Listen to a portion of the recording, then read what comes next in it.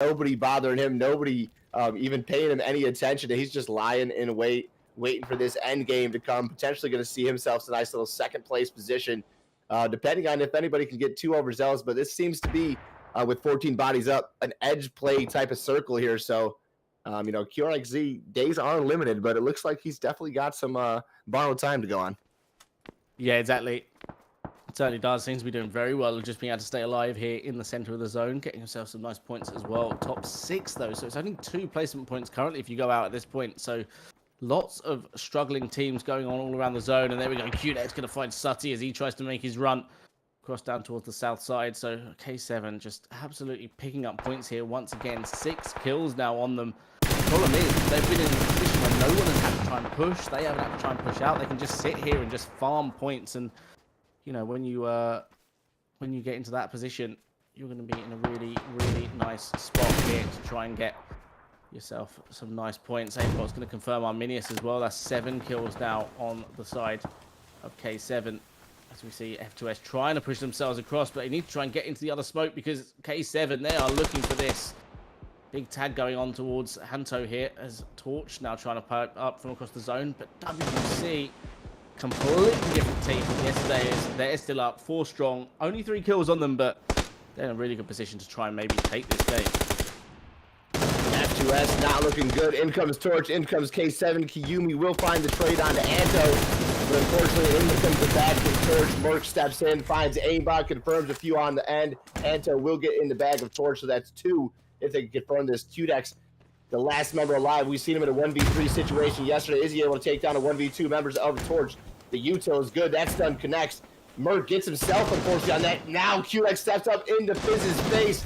He's going to put him down. 2 leaders coming at one another. Down from the back. Merc steps in. Q going to turn around, tries to spray instantly, but Merc just better in that situation. Merc will come out on top there. He was struggling yesterday. He found his rhythm today. Now in a 1v1 with Makazi. The nade already there. Would have confirmed the kill one way or another, but he does get knocked from Makazi's M4. Nice push from WC. WC, baby. All 4 members left alive. Now just one solo QRXZ member who's been lying in wait. Dynamic gets shot in the back. Turns around, tries to find the final member. Does peek up over the top to find the first chicken dinner of the night and for winner's circle. 5 kills, 15 points. It's not a lot, but it's way better than yesterday. Yeah, really, really good play there coming out from WC. Picking up the win. And yeah, as you said, not many kills, but still 15 points is much better than what they had before. Yeah, what a game. WC, not too much they had to do there. I mean, Gifted probably zone 4, I think it was, with the shift a little bit away from the bridge there. But, as we say, you play the zones you're given, and they did really well. But, themselves, CoR, F2S, Dig, all these teams who weren't doing too well yesterday really are going to keep that leaderboard nice and tight in the middle here after that first game. Yeah, exactly. It's going to be, really close towards the middle of that leaderboard. Some teams performing a little bit better than they did yesterday. I mean, we saw, I think it was 10 kills on CodeRed, so that's a good chunk of points that they're going to be getting, hopefully jumping quite a few teams with that as well. EXH, we saw a few points going towards them, so that would just keep it close. And Torch, again, big kills from them coming out, getting into second place, but problem is K7 coming in third with the good points as well. I don't know how much they've actually been able to close that gap. Yeah, that's just a very, very close gap. I mean, it was already big. We said 22 points coming into today, so, to be that consistent amongst one another, it's definitely not doing any type of justice here. But, hey, it's game number 1, a good game, a good start to the day here for Winner's Circle, good start to the day for some of the other teams that we did not get to see so much from yesterday. F2S finally finds some points here in here. Dig finds their way into a top 8 positioning here, so we definitely seen a little bit of a switch up here inside that top 8 today. So looking to see what we get here moving forward in the next few games. Yeah, exactly. Let's see if they can keep the consistency going into game number 2. We'll be back in a few minutes. Apologies if you are just joining us. I think the stream might have crashed, so hopefully you didn't miss too much of the first game, but yeah, should have caught the end there if you did see a win for WC. But yeah, we'll take a short break and be back with game number 2 in just a few seconds.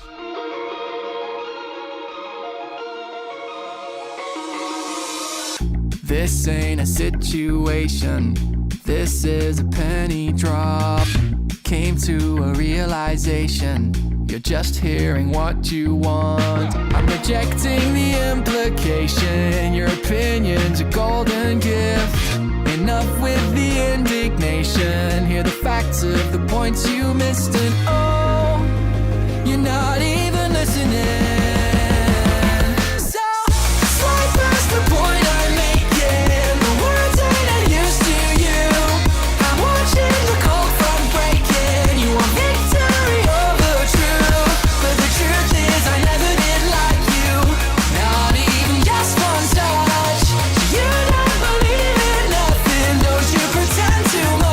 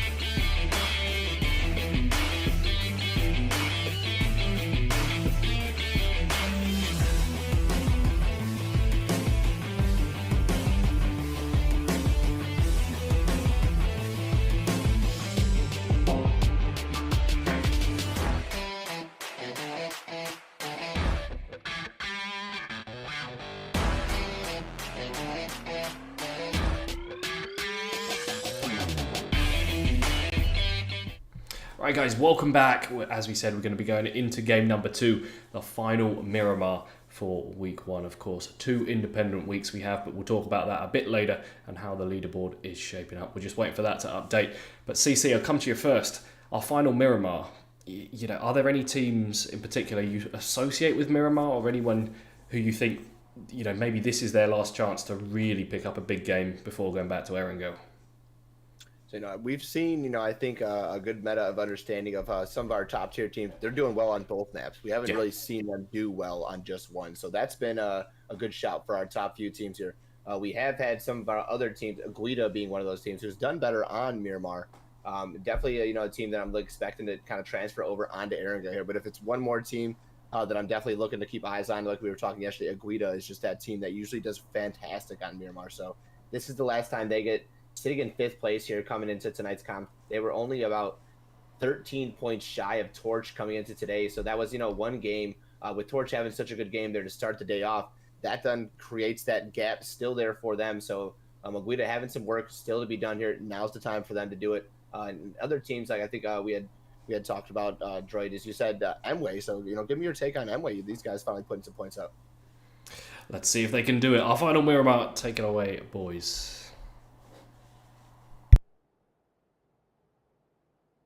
Yeah, here we go. The plane path directly through the center once again. And, most teams, they're going to be used to this plane path. They're going to be able to get to where they want to go. Monte, a little bit of a stretch. So I don't think we'll be seeing the fight over towards there in El Pozo like we did in the last game. It's slightly further towards that eastern side. So, yeah, the hot drop maybe not going to happen, but maybe we'll get to see a different one. As, hot drops, always a good fun to watch.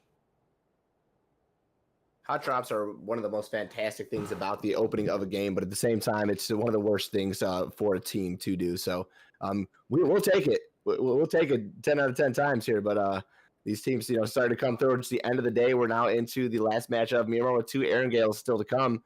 These teams are just looking to potentially get themselves into a contesting position, resetting points next week here, so they're not going to get too held up on this week here. But, if you're close in contention, up in those top 3 spots here, you've got 3 more games here. You have a lot of points still to potentially put on the board here. So let's see what these teams are going to bring for the last match of Miramar. As I'm looking at Merc and Shane heading towards a similar compound. Actually, Merc going to get the vehicle, and then Shane should actually get the compound there. So I thought we might see some interesting hot drop action there off the rip. That looks like it's going to come to a very dull stop, and then we'll have Torch just take the vehicle, regroup, and then get that circle pop. There it is. Top side circle, El Pozo inside the field there. We got Crater Fields, La Cobreria, and, a very winding, twisty road there. That circle where we've seen, I believe, in one of our qualification matches, we've seen a very difficult circle end up there right off that hill where TSS Polino is. So, there's going to be some interesting end game here. There's going to be some familiarity with this circle and with these teams. So we'll see what we can push forward and see who's going to come out on top here this time around. Yeah, 100%. It's going to be interesting to see how it does, if another team can maybe start to dominate a little bit. TSS, we're doing pretty well, before that game, sitting in 3rd place. Got a few points, obviously being able to get into 2nd and having a few kill points behind them was probably a lot better than they should have done, especially with the fact Q was solo for pretty much the whole of that game in the center of the zone. But yeah, they did salvage themselves some points. They keep themselves in that running. Torch also having a good game, and K7. All 3 of those in the top 4. Obviously, yes, we did see a win from WC, but with them being so far down the leaderboard, they've got to have the most insane day you've ever seen to even have any sort of chance of being in that top 3. We saw K7 64 points yesterday, and that was with 3 wins. WC, they've got 15 points after 1 game. But even if they do the same for 4 games, that's still not enough to get K7's points from day 1. So it just shows how dominant K7 were yesterday. And obviously it shows the massive hill that WC have got to climb for themselves. But of course, you've got to think long term. We have got that prize for 1st overall, as well as the weekly prizes. So WC, although they might struggle to get top 3 today, even with big games, there's still a good chance they can put themselves in the running for having a really big 2nd week, and then maybe even taking that 1st overall for consistency. Hands down. Best thing, about this comp is that it's rewarding not only the top spots, but it's rewarding you for climbing that chart, having a bad week, resetting here. So, the money is on the line. Do not let your team get set in the ways.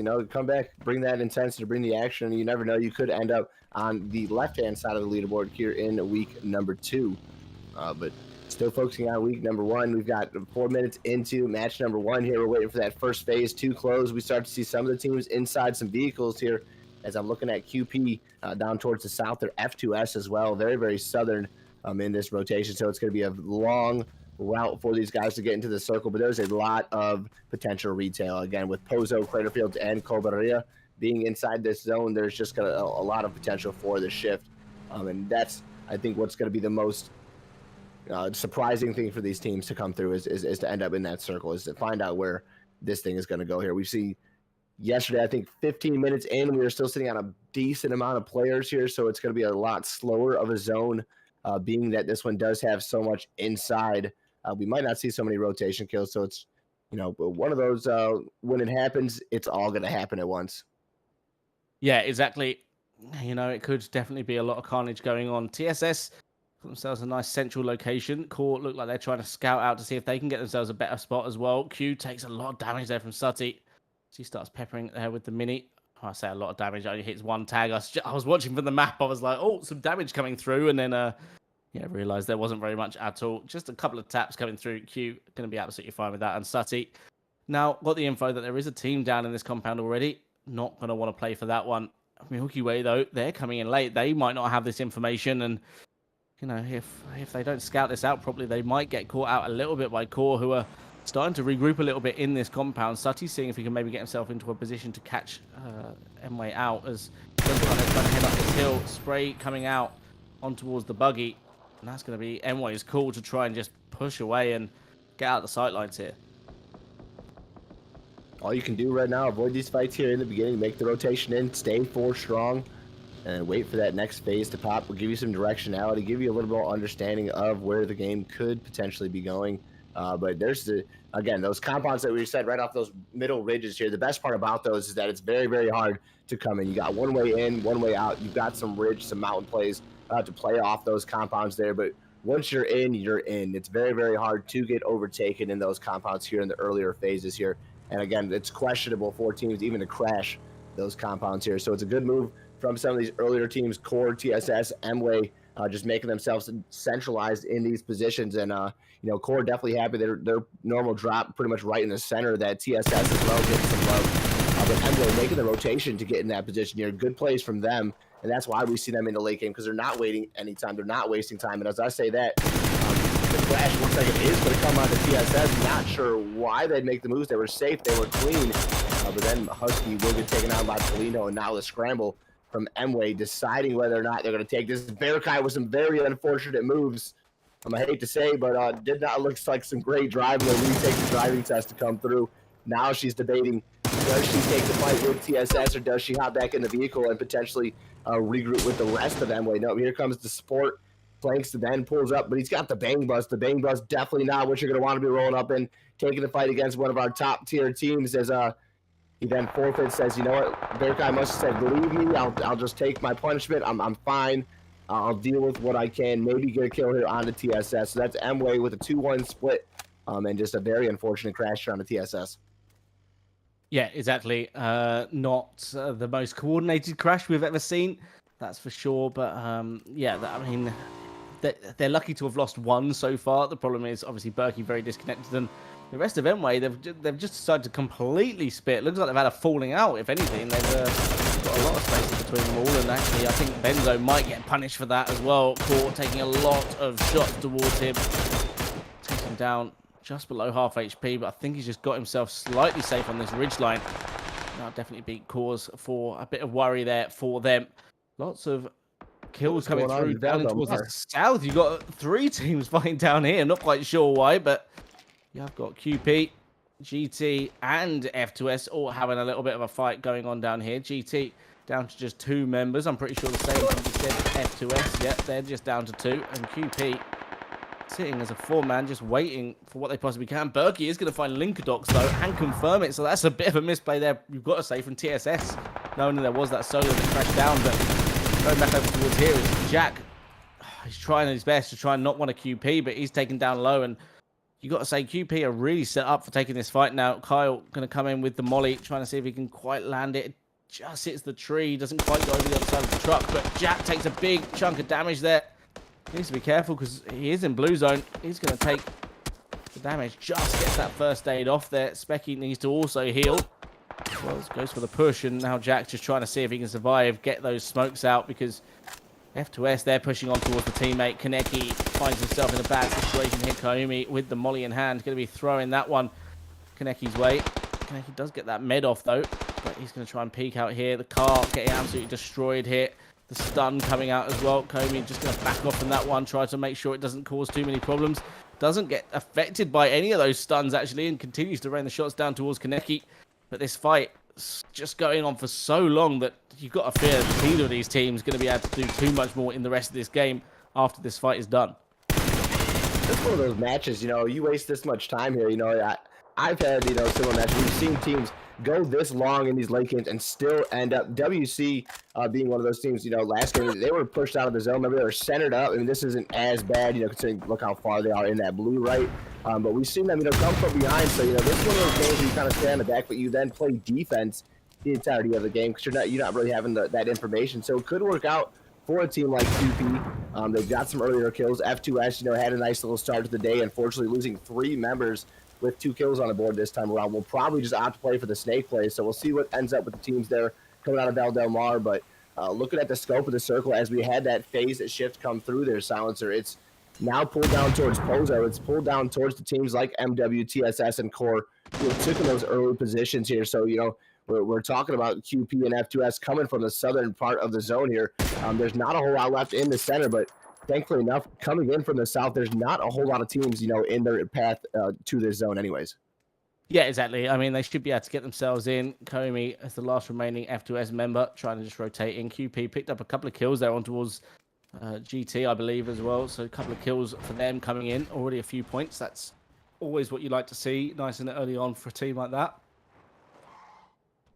I just having a look to see if the leaderboard has updated. It doesn't seem to have done so far. So yeah, we won't be able to quite get an update on the scores just yet. But yeah, looking at this one, you know, we've still got a little bit of a way to go in this one, but we've already lost one team, 51 players as well. So that's 13 players going down. It looks like RMV, who still 4 up, did take out one of Torch, as did CoR. Both of those teams now going to be trying to fight for the same compound here, with Traves holding down the line here with JB in the adjoining compound down towards the center of the zone, as the rest of RMV try and set themselves up, as are CoR. So this could be, yeah, a bit of a 4v4 fight going on here. It's a good timing from RMV because, you know, normally you have somebody in that God building, you know, complex right there, and you kind of wait it out there. But Travis caught in the warehouse. This is allowing RMV, and they're able to make that crash there, putting JB in a position, giving pretty much all the information over to RMV. They know where all 4 members of CoR are. RMV has this information. CoR is still unwilling that how many players actually crashed with JB. They heard the Murado, you know, they see one player, but they're unaware of everything else here. So now RMV opts to play the smart play here, and they're playing in the goal. The good util use from Ali, trying to find the knock independently on the Kadash and Takashi, but nothing to come through. So it stays just 4 players up for RMV, but 3 inside that bowl there. As another nicely tossed nade from Travs, he's going to get that one right underneath JB's feet, over the top on the God building there. Couldn't have placed that one better. So JB will fall. Kadash then trades out a beautiful nade on to Ali. It is Util City here, just being sent back and forth here. The Molotov almost catches Gav, the nade almost catches Kadash, and we're now playing World of Tanks, I believe, instead of PUBG here. Just Util use being sent left and right.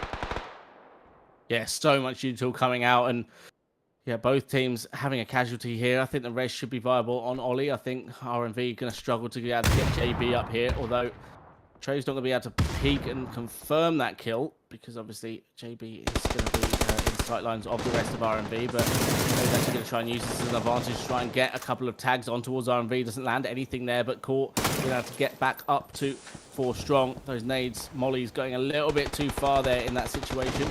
Trying to smoke down so JB can drop off that cliff slate, but Kadosh gets taken down very low, and I think the Trays might try and peek over. He does, and that's another knock coming through for RMV. Tammy, Takashi very down, and just like that, Lizard actually coming to steal Takashi away from the backlines.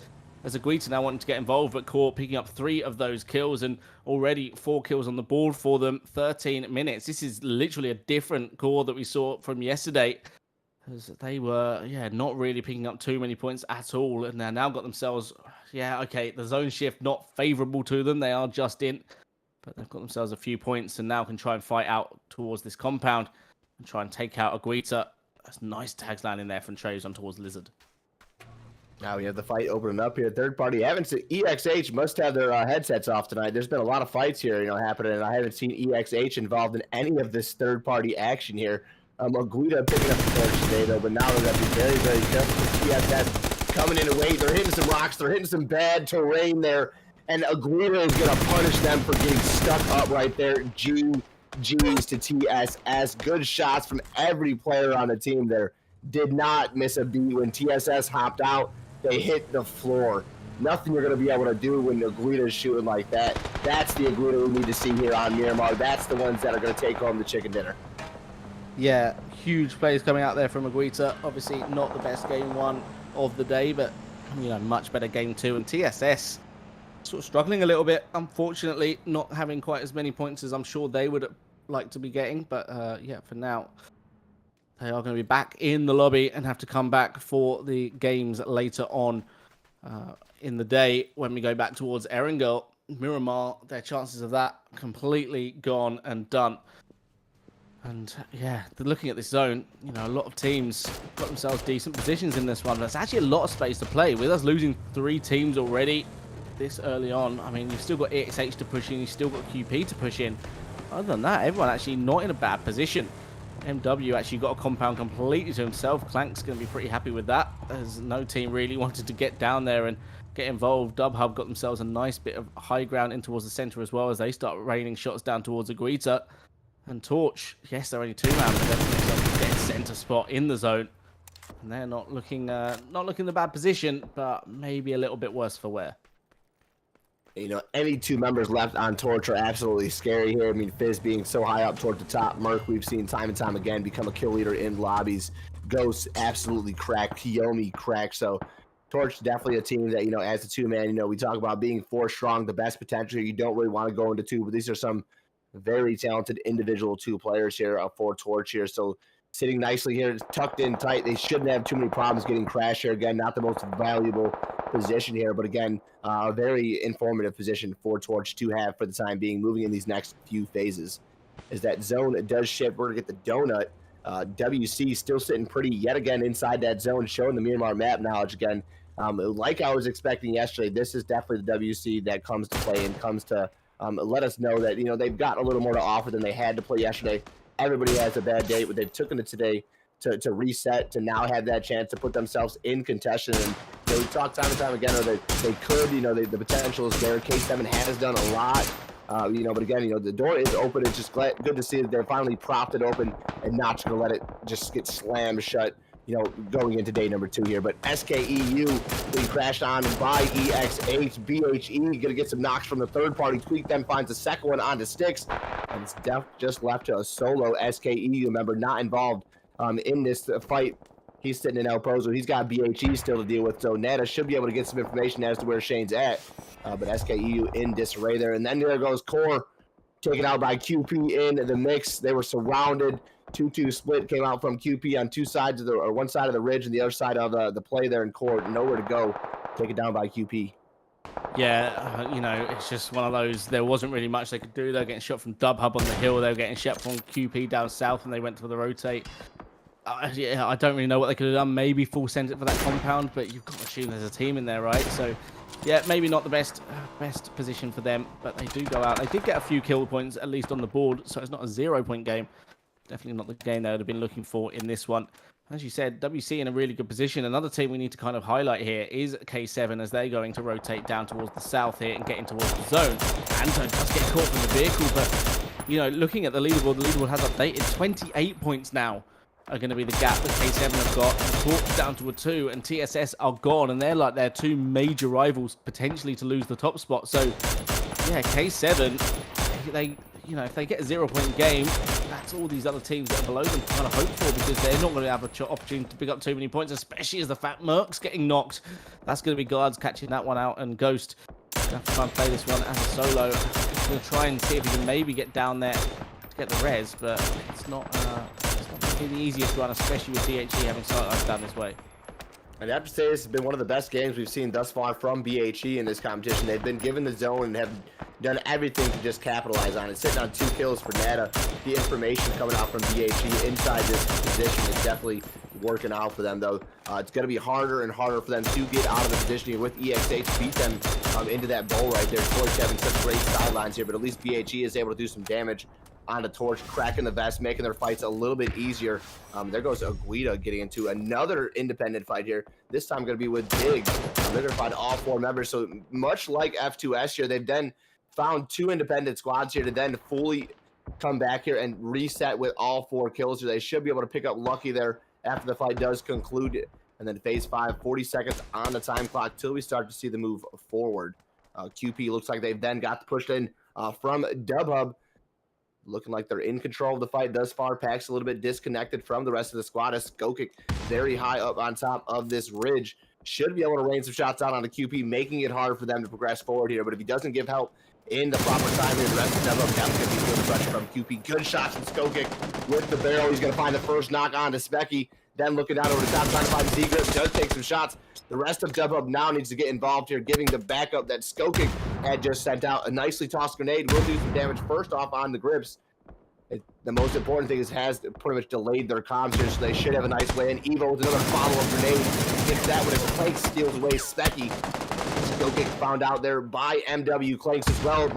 Milky Way just coming in handy right now on the help, not only for QP, but also for Dubhub. But unfortunately, it will cost them. Skokik tries to fall off the ridge, and it's going to cost him his life. Dubhub resets. A few kills on the QP. A little bit of help from Milky Way. Now just 3 players left up. 4 kills heading into phase 6.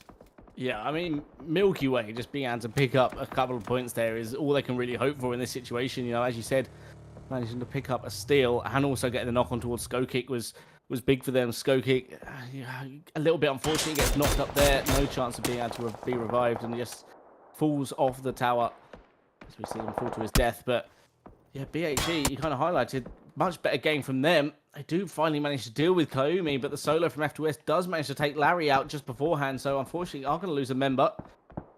BHE instantly turn their attention down towards EXH, who are trying to now gatekeep them out of this one. Tweak goes for a wide wrap down on towards the south. Torch look like they're trying to aggress up on towards the last remaining member here for Milky Way as well. As he does go down, Merc going to confirm that one, and that's 2 kills now on the board for Torch. A couple of placement points to go with it, and every point they get now is just going to close that gap on towards K7. And here we are, looking like a very strong finish to match number 2. We've got 4 WC members, 4 BHE members, 4 Aguida members, 4 EXH members, and then we've got some broken up Dubhub members, and we got a broken up Torch here. So a very strong finish here on Miramar, match number 2 here. This is one of the most entertaining, I think, zones here. One of the most rewarding zones here for these players here, where they can come up with this victory here. Surprisingly enough, they're that after the crash from EXH. I didn't expect Torch really to be able to make it out of here and make it into this next zone, but somehow really just doing a great job here to avoid fights and keeping teams, on knowledge. They have not sat in one position too long. Yes, they do gather information. Yes, they do kind of take this fight, but now stuck in a hard place here. They're going to have to take this fight with Aguida full sending down the hill, and there goes the third party. Thankfully, they are going to get some help from EXH, but it's still a 2v3 at the front of things here, as Marco's going to find the knock onto EXH. That'll buy Aguida the focus back to take this independent fight now with Torch.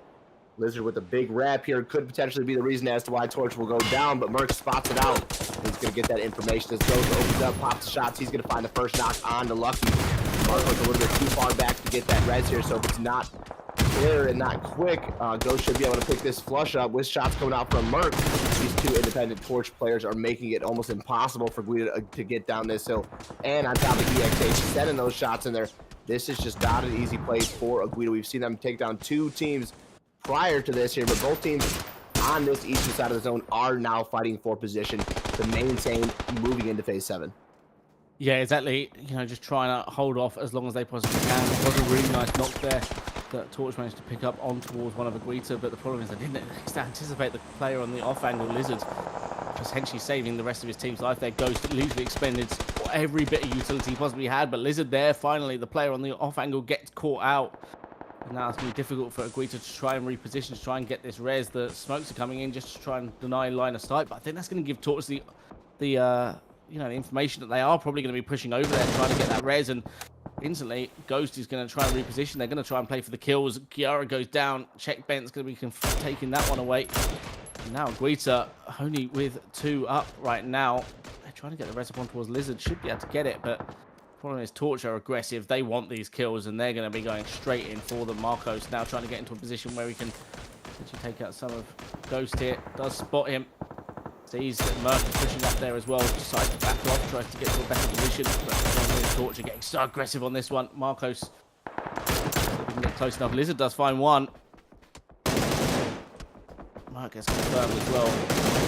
Finds Lucky first. Finds Marcos. Lizard deals with it, but unfortunately losing 2 more members to a knock. I think they might be able to get all the reses though here. Kiara, unless EXH, yeah, I was going to say, unless EXH spotter res, but yeah, so EXH finally piping up and taking that kill. Cheeky little pick there coming out there from Benz. You know, that was, you know, definitely helped for Torch right there. Torch just made that very, very difficult for Aguita to win, though. You know, hats off to Torch as the 2-man there, taking the third party, looking like they were to come out on top. Merc just got 1 sidestep away from that last bullet. He would have definitely been able to win that with Lizard, but Lizard was so close to getting knocked there. The fight was ever so close. And I mean, that 1 bullet, definitely the difference of whether or not Aguita or Torch won. Good shots from Ghost there, but it is Aguita out on top. 3 teams remain. We've got Winner's Circle, Aguita, and now EXH sitting here on the side, looking for their first to win here. Both Aguita and EXH could definitely use this in the bag. WC comes off the win in match number 1, so this is definitely something they're looking to pick up as well. Let's not take anything or, you know, short change them, excuse me, for anything here, as WC has been doing wonderful working their way into this next zone. Unfortunately, just 2 kills, going for the third. Dynamic finds Marcos. He's going to get that knock at the tree, cooks up the Molotov to burn him and take him down to a fiery place where nobody wants to be here. And then Aguita down to 2, WC on the push. Can Dynamic then find Lizard over the top, just lying in wait here with patience. Lizard gets the comms, realizes Dynamic's coming, but he's going to spot out. Goes for knock. Good knock from Dynamic. Not on Lizard, but he's going to find the player going for the res, leaving it all up to Makaz to do the rest, and Makaz does just that. Clutches up the rest of Aguita. Winner's Circle. 3 more kills, and now into the top 2. Yeah, EXH trying to use this as a position to try and cross the road as they realize WC, they've got the zone, and EXH have to do something. They're going to push right up, try and isolate this single player on the side. Bonkai is going to be that man, trying to hold them off as WC do manage to get the res here. Unfortunately, only a 3v4 situation for them, and not many kills on them either. 5 kills, they've got a few in the last couple of shifts, but it's not a massive kill game. Only 5 kill win last game as well. EXH 7 kills again. Uncharacteristic from them. We're used to seeing them with a lot more than that, but they have got themselves into a late game situation, so this could be a really big game for them still. Not being over aggressive. They've been really smart in this game, but the problem is Macca's, he outplays Q just a little bit there. Macca's going to take a big chunk of damage though, so that will give EXH the chance to potentially go for this res, maybe get the smokes out, but looks like that's about 2nd or 3rd bleed, and there we go. Macca's going to confirm that one away, and the rest of EXH continue on as a 3, leveling the numbers here. Even in the playing field here, now we've got 3v3 here. Nice little spread from the Winner's Circle. I'm really wondering where this phase 8 is going to go here. Is it going to make EXH have a journey up towards the top of the hill with Winner's Circle in such great control of phase 7, or will it kind of give that love over to EXH, you know, kind of just making this a fight here on the dot? And there it is. It's going to give it to WC, and, you know, you expect that with the circle control. EXH would have really had to, you know, pay the PUBG gods in order to get that shift in their favor. So that's about as lucky as you can get right there. They can easily use this ridge here at the right-hand side of their disposal with enough smokes here, but the only thing that's off there is Makaz. Makaz just being the absolute key factor for Winner's Circle success here on this off angle, denying EXH any of the ridge play here. If it was just WC where Dynamic and Bonkai are at, this lane right here where Makaz is holding would definitely be wide open for travel, and would then give EXH that chance to kind of backfill around Winner's Circle. But Winner's Circle, excellent circle knowledge here. Tweak going to get knocked here from Bankai over the top there, and I would expect that knock to come from Makaz, but Bankai just doing great shots. Ben's now to fall to Makaz, and it's just one EXH member left up with Util coming in from the Dynamic. It's all but too short here before the win comes through, and there it is. Dynamic, after some kills earlier on to Aguida, some good plays to set them up for the victory, comes through out on top. 9 kills, 19 points for Winner's Circle. Back-to-back victories.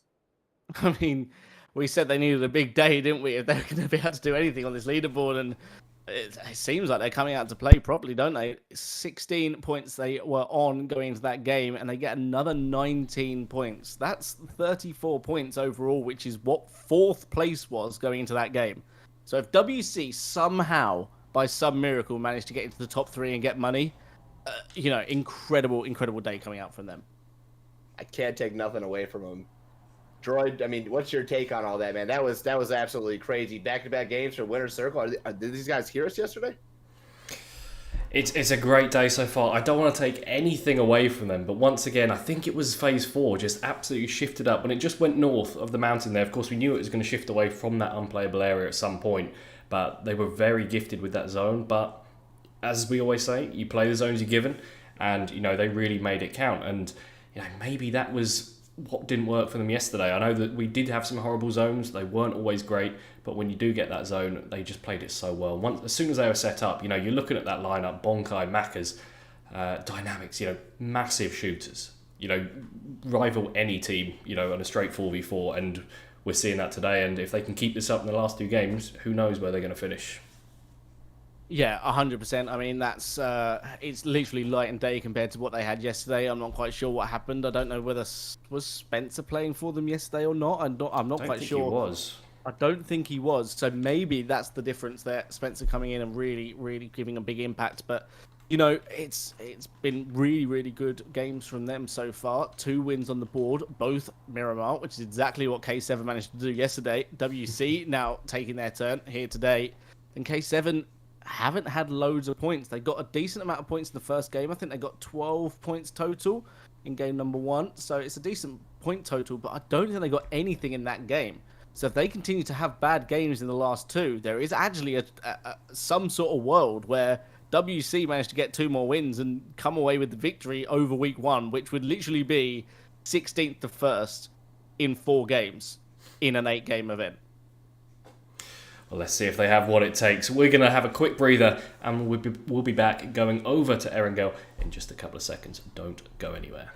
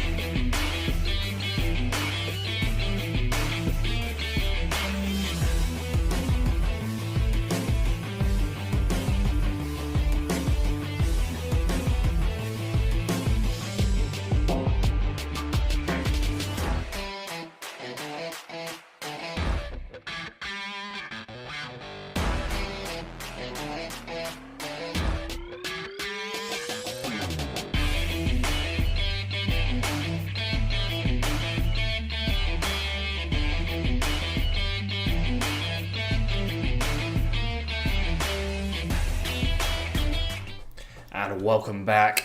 A very short break for these players to have a quick breather, have a quick drink perhaps, maybe talk through some tactics, but we're going to be shortly going straight over to the grassy pastures. Got it in before, Harry, but cliches. Erangel, what have you got for us this time? I mean, you know, Erangel is one of those it plays very differently to Miramar. It's all about those rotates. It's all about holding those compounds, getting yourself into smart positions, which is, you know, I think potentially not where K7 have a weakness, but I think K7 very, very good at fights. The thing that really gets them unstuck is when they get unlucky. And like sometimes they do get away with it. I mean, QDex coming away with the win in game number 1 yesterday.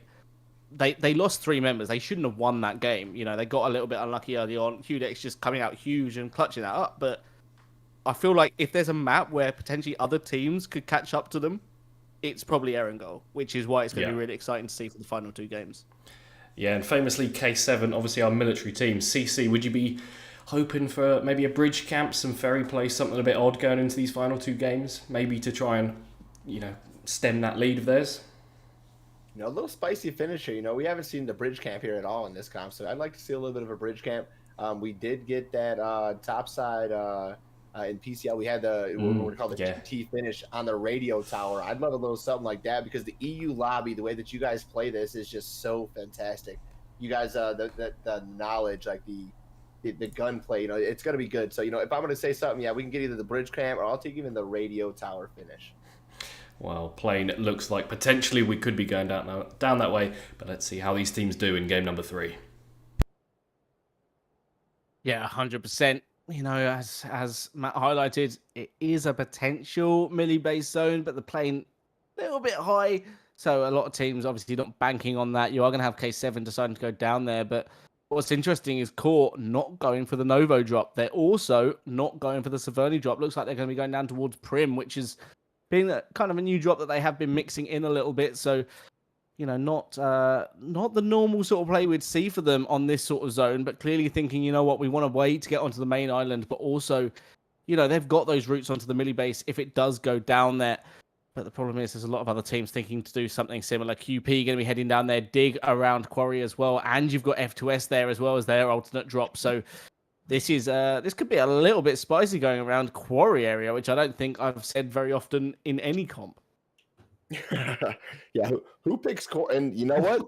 That's why. So I guess that's why they're going Quarry here, eh? I mean, look at that zone pop here. Every team that we just talked about heading in that general direction, sitting there in a great position here as far as early rotation, as far as immediate drop spot.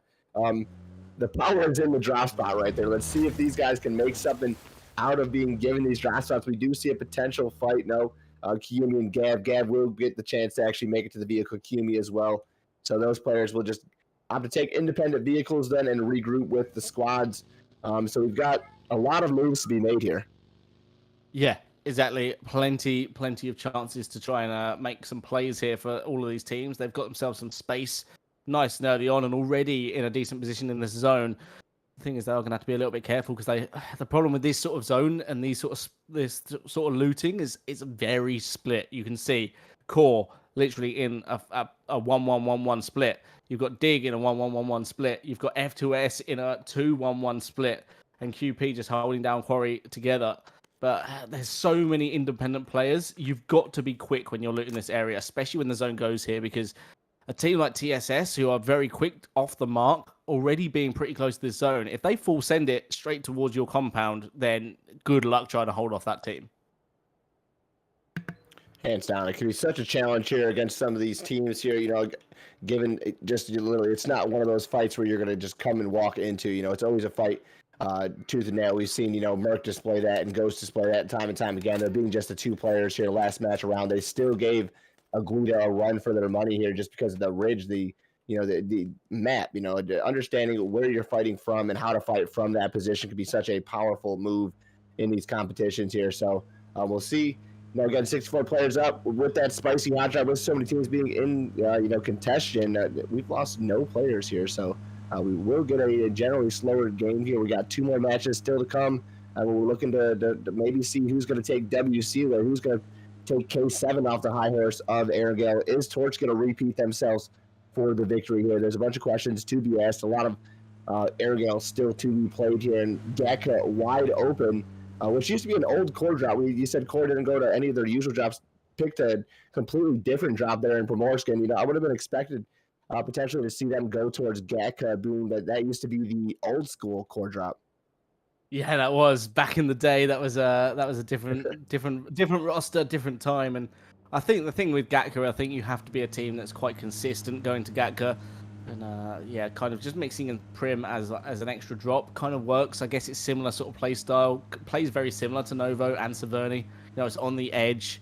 You've got ways of rotating out of there. It's, you can rotate late, but if you get the zone on your side, then you're in a really good spot. Generally, not many teams over there. The problem is so many teams not being able to get to their normal loot spots that you've got 4 teams over here, and even more coming to join the party as well. We're seeing RMV and TSS, of course, very, very quick movers. Both of these teams going to be joining the party, but problem is RMV might get caught out a little bit here. Skylining you, setting up a bit of a trap.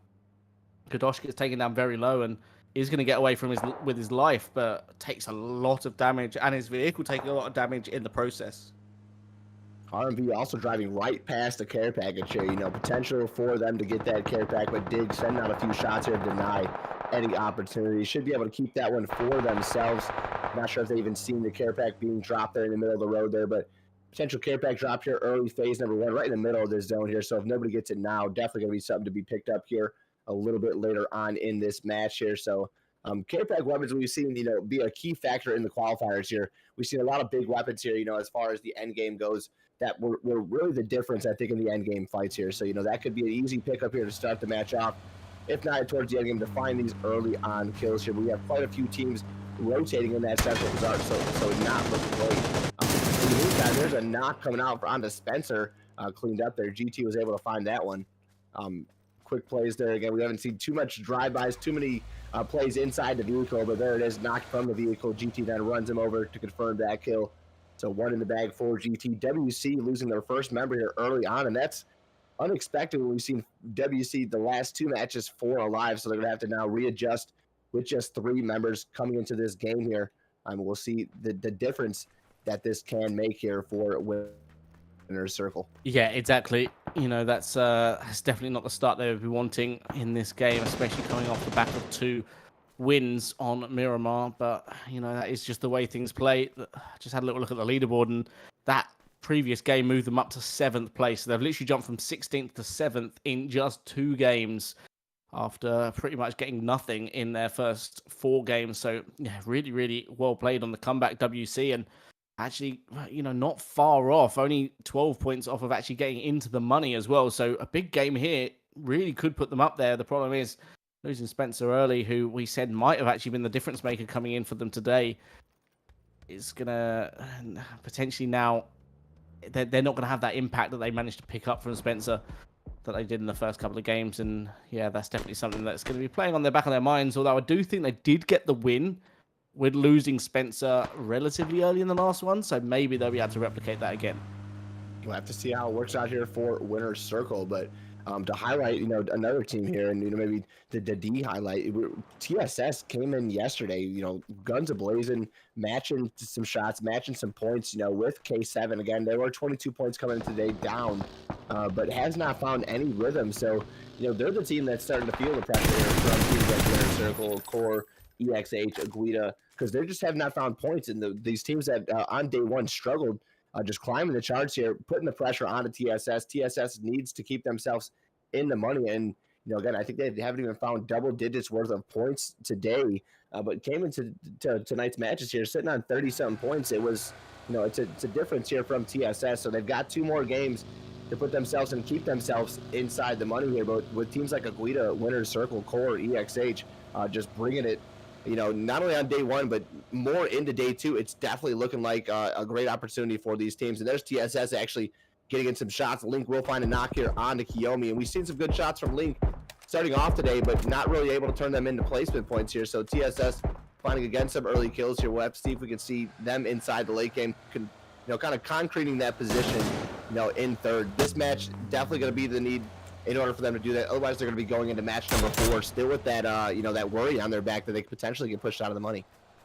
Yeah, 100%. You know, TSS not comfortably in that money slot. Only 3 points is the difference there between them and fourth, and only top 3 pay. So definitely something I need to think about. There we go. You can see them trying to get the res up on towards Q. WC definitely shots here. They do manage to get the res here, but the shots continuing to rain out, and only takes one more little lucky tag to go their way, and potentially could get knocked again. But they are going to be able to get the res. They are back up to 4.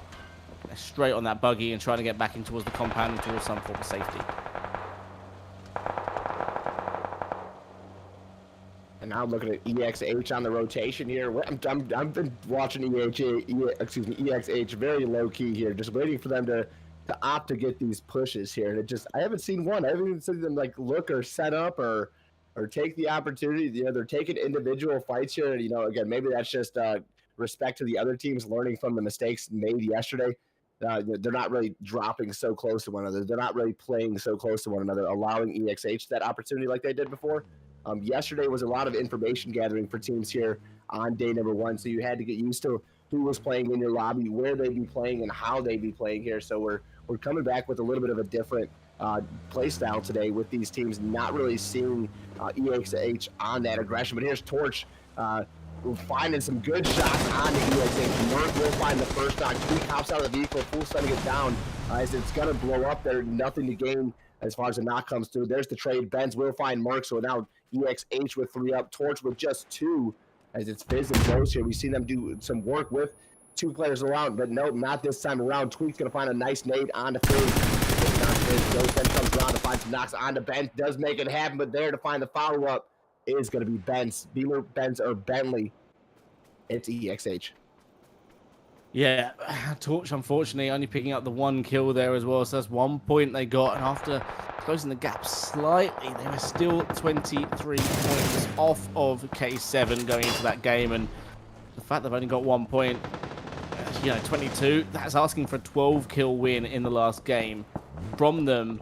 And also assuming that K7 will not be picking up a single point. In fact, actually, I don't even know if that would do it on the tiebreaker either. So they'll need to get an 13 kill win next game minimum to have a chance of winning overall week number 1, which is, a very scary prospect. You don't want that. And K7 looking pretty good. The problem is, obviously, there are still some teams up that are not that far behind Aguita, TSS. If either of those get a win, that could really close the gap. So K7 could not afford to go out early here because these teams will smell blood in the water and want to try and push in and try and close that gap. And man, is it bloody this round here. There's going to be some bodies dropping. There's going to be some numbers put up here.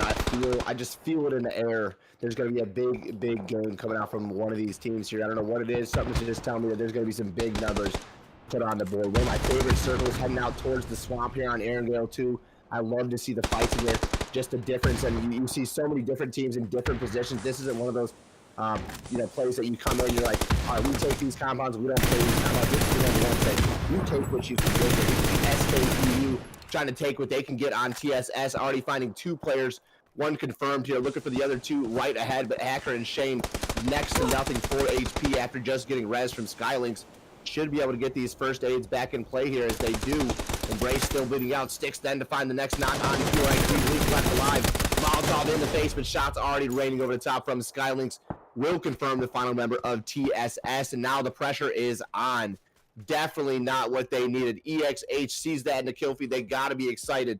Dig, Aguita, all these teams are right behind them for so much opportunity. That door is wide open there, and TSS has no way to stop it. Yeah, exactly. That's really not what TSS wanted. Same with Torch as well. Our 2nd and 3rd place teams going down. Aguita now thinking, this is our opportunity. This is our chance to try and do it. EXH, CodeRed, Winner's Circle, all of them within touching distance of the top 3 now. Big game here could really put them up and, cause a little bit of pressure here for Torch and TSS going to the final day. K7, though, they can just kick back and relax because they are, they're quite far ahead. And with the fact that TSS have also gone down, the next best team is Aguita, who are currently 34 points off of their placement, their total points, which is, they're going to need a big win, Aguita, this game, and K7 to get nothing. And K7 should still be ahead because I don't think we're going to see a 24 kill win come out we've seen Stranger, but I don't think it's going to happen. I mean, it is November. Stranger Things is in full effect here, so we'll have to see what we do get here. Excuse me, it is October, November. Yeah, where's my month, CC? GG's. We are in those Halloween months here, okay? You know, we are in those scary months here, so we're going to see what we do get from these teams. So we're watching BHE, though, make moves here on the GT, minus the bad commentary there. We're going to see BHE make this push, potentially go for the res here on the cliff, and watch for Walsh to potentially come through with a clutch grenade. Doesn't look like it's in play. It's just outside, so does not confirm right there, but still a lot of pressure being sent out from GT. BHE does hop out trying to get the rest on the cliff, but Gecko lying in wait finds another knock here on the guards. Nada and Larry, the last two players left alive, as Larry holds the flank. Nada finds the 1v1, gets the knock on the confirm onto Gecko there. So GT with just 2 players left alive, third-party shots being sent in, I want to say, from far range, and that's 4, trying to see what they can get. But GT doesn't really need the help. They find the first kill, the second. The confirm comes through, and now Larry left alive there in the field, the last member up for BHE. And they just haven't seemed to find their rhythm. They looked good there in that last Miramar match, and able to pick up some kills here, but struggling to win a few early game fights here, losing members where members definitely need to be held up, and it's just unfortunate for BHE here. They're going to have just 1 solo player left up moving into phase 4. Yeah, a little bit unfortunate there for GT and BHE. Both teams losing a lot of casualties, and it's really not been the event for GT at all, really. Every single round struggling, scraping through as the last couple of slots in the qualifiers, including the lower bracket as well. You know, really not the GT that we're used to seeing, and continuing to sort of stay towards the bottom end of that table. GT and BHE only 2 points apart going into that game, and you know, yes, okay, GT picked up 3 kills, BHE picked up 2, so there's still not much in between it. Going into this one further, and they're going to crash straight in towards Skyline as well, so Hacker's going to find the opening knock there on towards Kaneki. Walshy now with everything to do himself, needs to see if he can maybe do something here, but it's a big ask, especially when Skyline have already been playing this game, taking out the wipe on towards TSS early on. Walshy now does spot the player. He's going to have to get the knock there on towards Sticks. But the rest of the team not far behind, and he's got a big challenge ahead of him. He's going to try and wipe all 4 here. There we go. Elsewhere on the map then, Husky is going to be able to knock Dub Hub here, so that's going to be a fight going on towards the north, and Higuita going to be pushing in towards the back lines of this as well. 3 teams now surrounding up here in the north. Also got BHE Larry just rotating around on the back line as well, so doesn't want to get involved in this one, but Husky does manage to knock one of Higuita, who's actually trying to push on towards Dub Hub, so that's causing Higuita all kinds of problems here, because they don't realize that there's 2 teams pretty much facing off against them. Dub Hub to get the smokes out here to try and see if they can maybe get something out of this one. Grenades coming through, not quite be able to find Pat there. Lucky does go down though. Skokick finding that one. Marcos very low as well in that smoke, but Lizard managed to catch Evo and managed to catch Skokick. That's huge. Yes, Lucky gets confirmed there by Skokick, but with 2 members of Dub Hub going down, all of a sudden, you know, Milky Way just able to just fire shots all over here, and they're looking pretty good to be able to third party this fight and take up a few extra points here, but Higuita continuing on towards Dub Hub. Pat goes down. Pax does get confirmed there by Lizard. Lizard doing so much work there from the from range. 4 kills he managed to pick up in that one, and should be able to get the res up on towards Pat, and that's 3 members still up for Higuita. And we said, you know, this is the chance that they can try and push up, and I think already they're going to be ahead of TSS. And yeah, still got the rest of the game to go. Points definitely counting there for Aguita. I was definitely not expecting that from Aguita, you know, with the third-party shots coming in from Milky Way, for them to hang on the way they did. But, you know, Lizard, I mean, what is going on there? You got 3 Aguita members in the face, and Lizard just from the backfield picking up everything that he sees possible right there. That's some big plays right there. And if that man doesn't get a raise after today, I don't know what's going on for Aguita. But good plays from Lizard right there. Definitely deserves himself a nice little pizza or something sent home for that play, keeping Aguita in contention here. Could be the exact reason as to why they come into the money. Like SilencRed just said, there, those 4 kills more than enough to put them ahead of that TSS squad here. Because again, we came into tonight's match here, 44 points for Aguita, 47 for TSS. That's 4 kills. That's 48 points. 1 more point already than TSS here. So, you know, Aguda definitely feeling good on that. Their work not done yet. There is still one more match. There is still 40-something players left alive in this lobby, 38 minus the 3 of those members here. So their work definitely not cut out. It's not like they're comfortable inside the center of the zone. So Aguda working hard, trying to get themselves into the money. But other teams like F2S, other teams like EXH and CodeRed Gaming, both still alive here, looking to put themselves inside that money as well. Yeah, exactly. Decent game coming out here from Milky Way. They've been struggling this one so far. Washington going to have to get a return knock here on towards Berkey, but the rest of M-Way want to try and finish this one up. And already 2 kills on the board. That's 3 kills already. They've taken out Dig, who were sort of, again, one of their teams very close by in the leaderboard. So that's another few points they're going to have to pick up for themselves. But Skyline and you now absolutely going toe-to-toe here with Aguita, but it's CoR that are actually going to be coming out on top here because they're just absolutely peppering both of these teams, trying to take as many points. F2S going to get involved as well. They're going to steal one away, and all of these teams just suffering at the hands of each other, and all of these third-party shots coming in. Skylink's going to go down there to Sutty. Lizard going to see if he can maybe steal that one away before he goes down. He is. He's going to try and see if he can maybe hit the first day, but needs to be careful because Skyline EU, yeah, they've spotted him. Shane, we had to get him out there. And now Skyline EU down to just 2 players. It looked good for them. 8 kills already in this game. Still 33 alive, but unfortunately, only 2 of them are going to stay up. And they've got to try and push into zone. Yeah, there was Aguda's reign of terror. You know, the start of it, real short there, unfortunately, for Aguda. They do find their 4 kills. They do find their way into the top 3, but that's just as far as they get, right into the top 3 and then out. So much like TSS, they're sitting here lying in wait, and they still got to feel the pressure here from EXH. They still got to feel the pressure here from SKEU. There is a few other teams here that are further out of the money, but with one good game this match and another to follow in the following rounds, could definitely make the difference here. You know, we've got 64 total players here, so that's 64 total points possible here. We've seen some 20-point games, some 20-kill games from some of the teams out here. So we'll definitely expect to see EXH capitalize on this. One thing we haven't had too much time to comment on today, Silencer, is QP's positioning in the roster, starting off today, then going into tonight's matches. They've been pretty much in the same spot they've left last night in here. They haven't been as consistent picking up big games like yesterday, so it's just weird to see QP. Is this team going to be able to find the rhythm here in the match before it's over?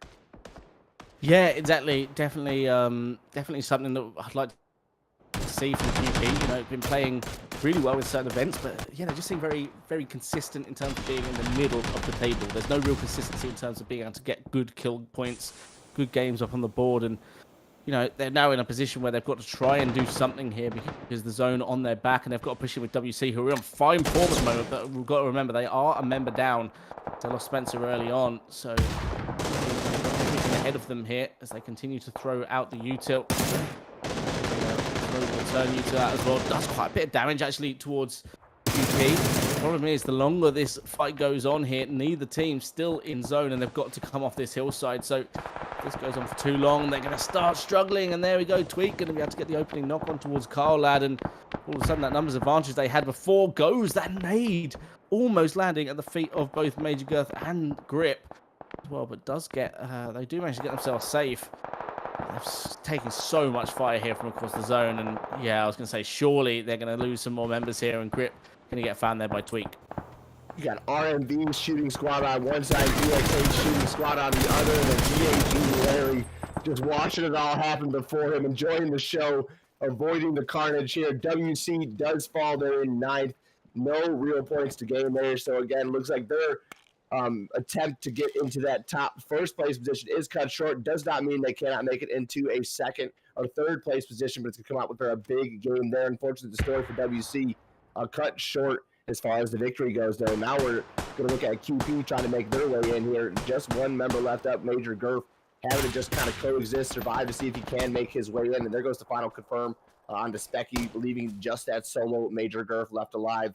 RMV's inside the zone. EXH barely's got to step forward just to get in, and then they should involve themselves with K7. We've also got Ali on a flank, just keeping information as to where K7 does manage to position themselves just so that CoR isn't caught off guard by a flank. So good information being gained here from CoR, buying themselves into that next zone as they watch F2S as well as M-Way decide whether or not they're going to take this fight before moving into next phase 7. Is that 2-minute clock? Encounters here. We're going to peek in on Embley and F2S. Yeah, exactly. A bit of a fight going on, and they are going to have to start moving. Both teams not in the zone currently, as Berkey just slightly ahead of the teammates here, but getting helped here by CoR as Arminius gets caught in the back lines. That Mark 14 from Traves doing a lot of work. That's about the second or third knock he's been able to get on towards F2S. They should be able to get the res here, but this is going to delay their exit. And yeah, QDEX going to be able to catch Ollie. We said it, the solo player for CoR just caught on the off angle just to try and get as much info as possible, but Tyro's going to get confirmed or get knocked here by Check Bents. That's going to be a knock on the other way, but I think should be able to get res as Tweak does get confirmed. And Anto's going to come over here to try and get the res here. K7 really playing well to try and battle it out of this position. Trey's going to be able to find Arminius there. Finally, the bleed out coming through, and so much fire coming across the zone right now as MW, F2S, RMV, and CoR all just taking shots at each other. These teams coming out of the compound, they're both going to struggle, and Benzo, huge play coming out from him as he picks up his 4th kill of the game. 6 kills now for Milky Way and looking pretty good. But yeah, let's have a look because K7 are in a bit of trouble, and we can get over there and listen to some of the comms from K7 because, yeah, they're looking pretty good right now, but they've got a long mountain ahead of them. Just play time here, bro. I had one of these kids twice. How many One of these kids twice. I two. A better spot right here, boys. Good spot right here. You don't even need to smoke some nothing. Then we got my car. We gotta watch out for CoR too. CoR is nading. CoR is nading.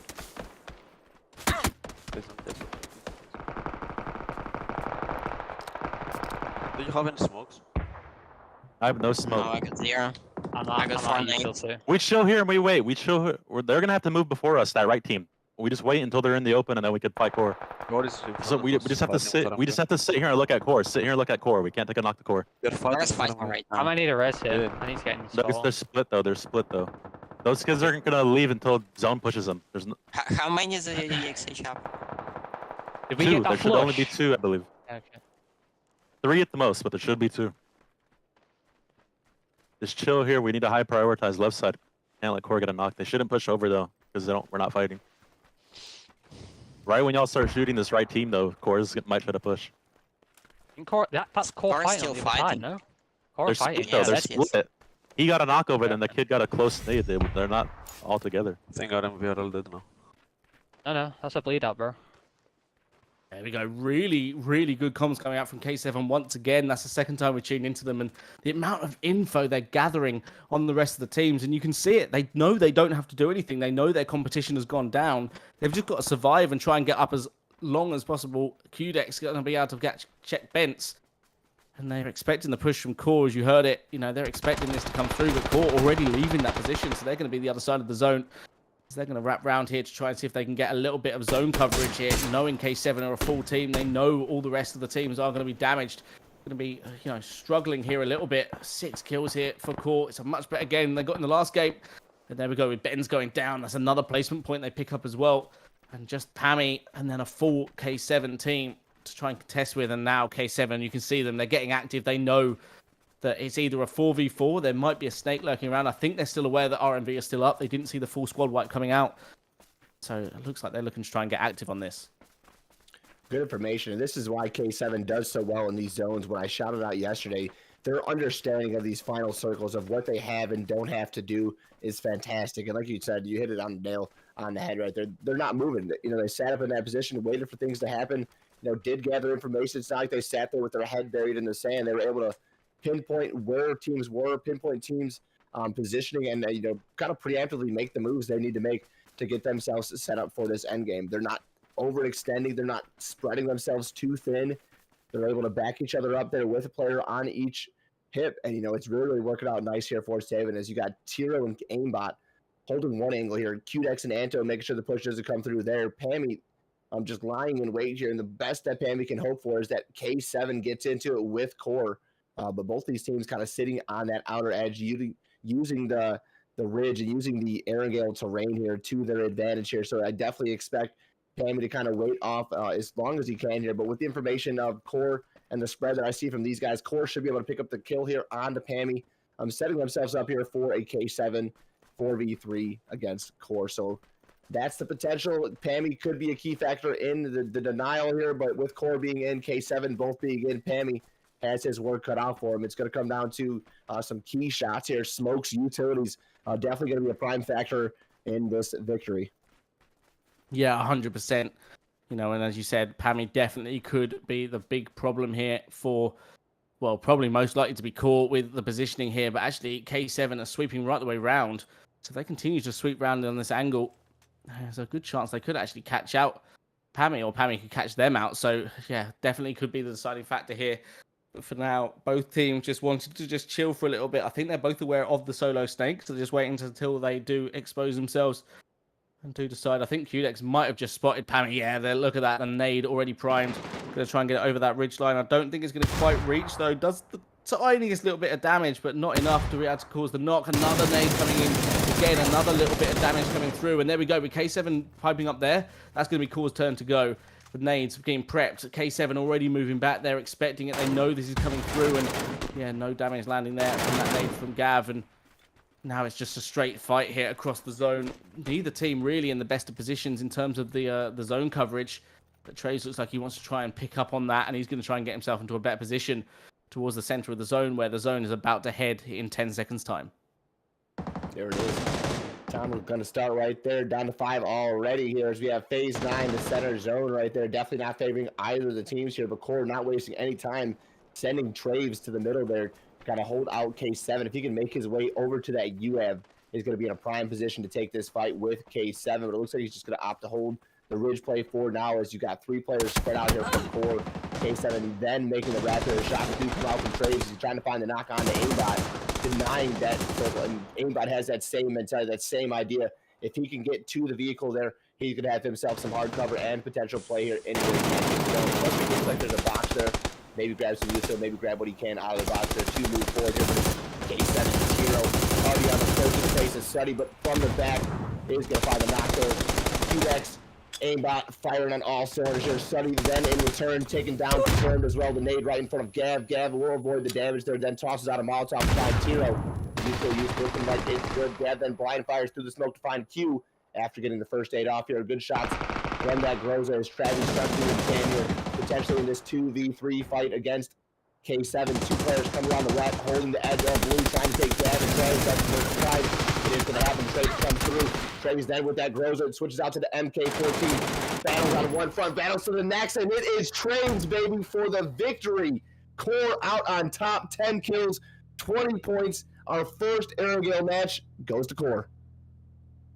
I mean, that looked like they put themselves on the back foot there. 8 kills for Traves. What an absolute machine that man is. And just incredible game coming out there from advances there from K7. I thought they had it. I thought as soon as they got that knock on Gav and they were sweeping around as a 2, they had it. But they didn't account for the fact that Traves had a Cruiser and an MK. And both of those just absolutely tore K7 to shreds there. Shoot, I didn't even account for that. When he switched that MK14 and hit that spray, I got just about as excited as I'm sure CoR did. That was plays for days right there. Traves, hats off, brother. Hats off. Yeah, CoR with a new lease of life, and Silencer clearly buzzing off that. You can hear it there. He's been waiting for that one. On Sutty's birthday as well. He's going to be buzzing for that. So happy birthday to him. But yeah, a very, very well played game for CoR. And you saw the difference, as you mentioned, throughout the game between K7. They were sat in the compound for quite a while. They didn't need to get aggressive, as you said. And, they probably won't be too disheartened they lost that game. But, that's a massive buzz for CoR because, WC were creeping up on them, and that will just keep that gap between them and, really keep it hot between the top of the leaderboard. I think they were 10 points off, actually, the money bracket there. So that is really going to be closing that gap going into this final game. Yeah, I think that 10-kill win actually puts them on 57 points. Bear in mind, Torch didn't get any. I think they got 1 point in that game. So I think you've got Torch and CoR in second and third. So CoR just taking up the second spot with 1 point in it going to the final game. So K7 probably got enough of a lead there to be able to take week 1. But the thing is, they've got to be thinking advance as well. Obviously the overall prize, which is another bonus, I think is £100 for for the Yeah. overall prize, that's a decent chunk of money. That's a nice little addition, a little bonus to whatever you're going to be able to win in the second week and the first week. So, you know, the more points they can accumulate in this week, the easier it will be for them next week to get the overall prize. Of course, they're still going to be going for the first place, you know, next week. But should they fall short and come second, maybe even third, you know, there's a good chance they'll be able to pick up that overall £100 just to bump it up for them anyway. Well, let's see what they do. Well, we're going to get the lobby up and go into our final game in just a few seconds. So do not go anywhere because this is going to be a fight for that money. We'll see you in a few minutes.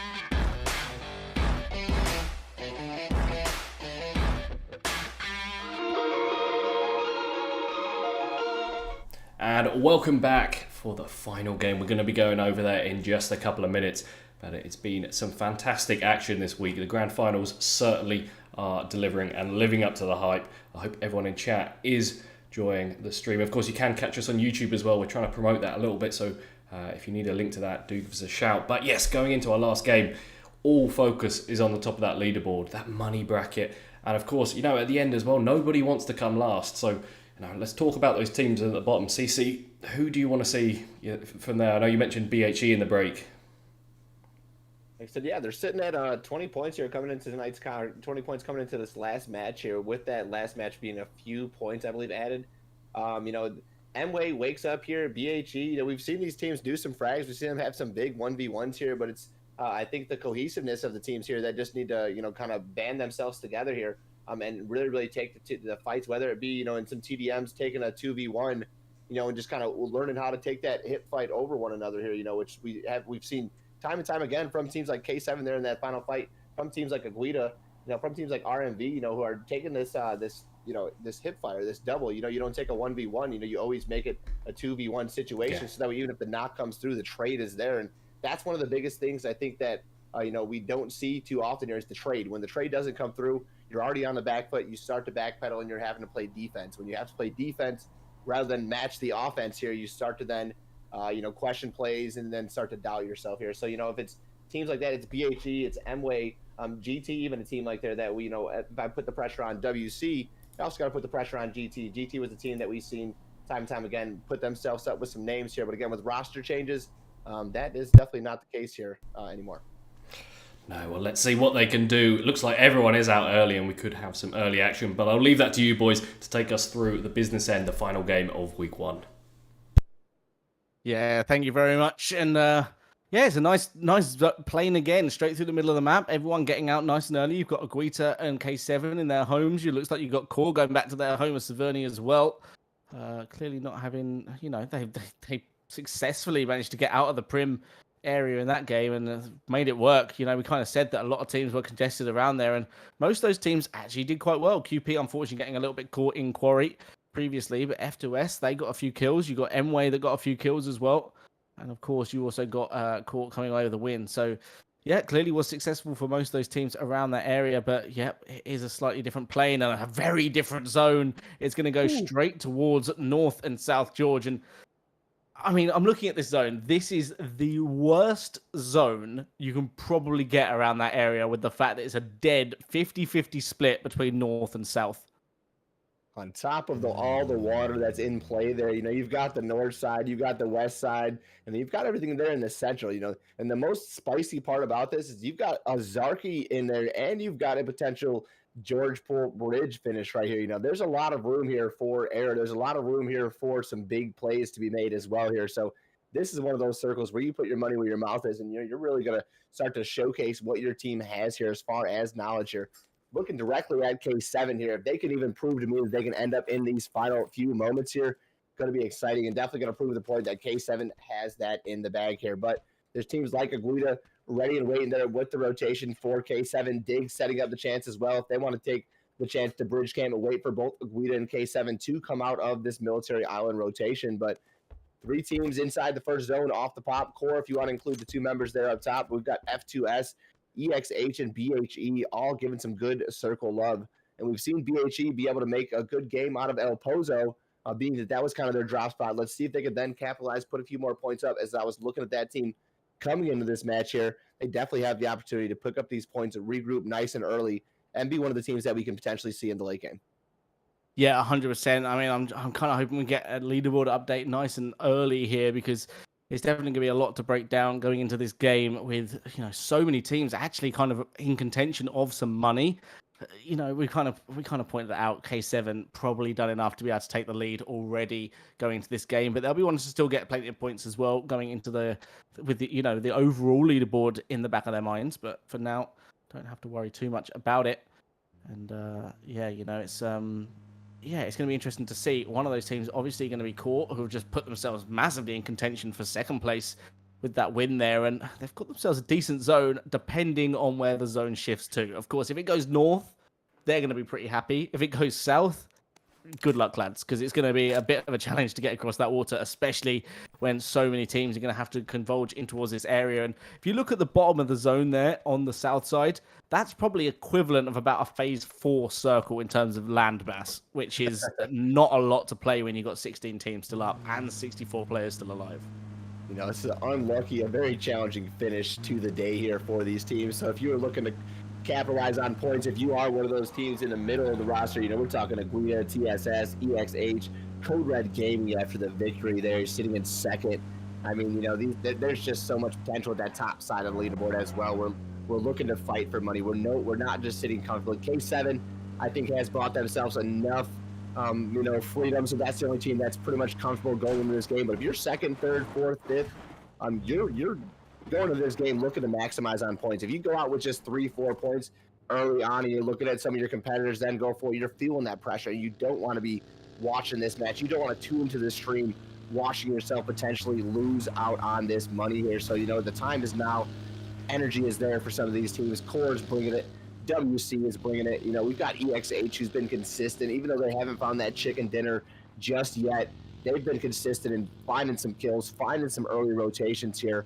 And now they're not going to waste any time regrouping at that top side of North George Pool right there. They're going to be one of the only teams here to make that early rotation, along with SKEU. TSS, actually, as I look at these guys making the rotation as well, not going to waste any time. These northern compounds here, some very challenging compounds to take over. You can always full send, find your way into George Pool or into the crates, or you know, take your chances there. But the hardcover compounds here to the north side, once you gain control here, you pretty much have it for the remainder of this this match. You certainly do. And, you know, you've kind of mentioned about all the north rotations. I'm looking down towards the south. Torch have gone for a boat rotation all the way from Ferry Pier right the way around the side of the map. So it's going to take them a little while to get in. Obviously, I mean, I'm hoping it pays out for them. But, yeah, they've got quite a way to go. So I'm hoping they've got plenty of fuel still left in those vehicles, because that is a long way to rotate in a vehicle, especially when it's a boat across the water. It looks like they're okay for fuel, actually. So, yeah, you know, they might get in kind of undetected. I don't think they've taken too many shots so far. But yeah, we can keep eyes on that. We're going towards the top of the zone here. We've got F2S and EXH taking some shots at each other in the North George area. And of course, TSS got themselves a decent position in this zone as well, as RMV look like they kind of want to try and crash onto this. I don't know whether they're aware that there's a team already in here. RMV full sending it here, and TSS going to start opening up. Surely the shots are going to rain out. There we go. We see them. We hear them. Linker from up top of the hill doesn't quite manage to catch any of the RMV members. They might potentially get away, although the shot's continuing to ring out, and RMV, their vehicle is very badly damaged now as they have to jump out and leave it. Try and see if they can get themselves a little bit of safety here. Thankfully enough, they've got the remainder of RMV here, potentially for the pickup. Takashi and Kadash can make it to this compound. JB should be able to turn around and get them on the pickup, but it looks like he's more for defense. He's going to trust his teammates in order to get to that compound and then provide some support here from the top. As you can see, JB and Pammy both stopping here to provide that cover here. TSS having no vehicles, has no way to immediately get onto this fight here, so that's really the only thing that's keeping RMV from getting pushed. As I say, that actually they do have a vehicle there towards the top, but TSS is opting not to use this vehicle. So a very weird widespread, a very weird fight to take here for TSS, but it looks like they may get credit for one of these kills here onto Kadash. Yes, there it is. The final bullet does land, but there's enough smoke potentially for RMV to get this red. Now TSS needs to think about getting in this vehicle full send, making the crash here. Otherwise, all these shots, all these bullets, all the attempts here are pretty much going to be for nothing.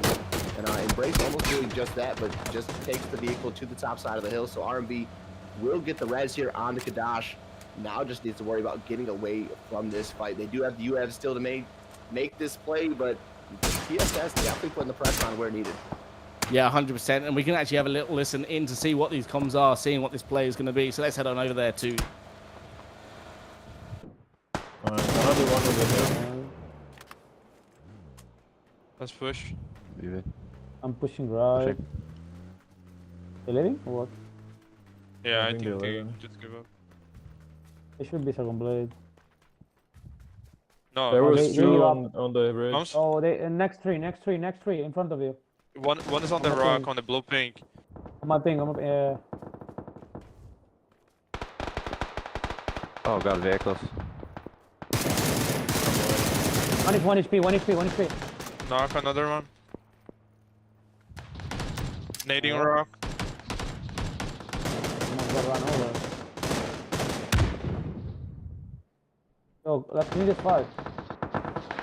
He's Get running. the guy in the car. I'm going up. I need to med linker. Be a good name. Flashing the guy in the rock. He don't know about you, Polly. Just push.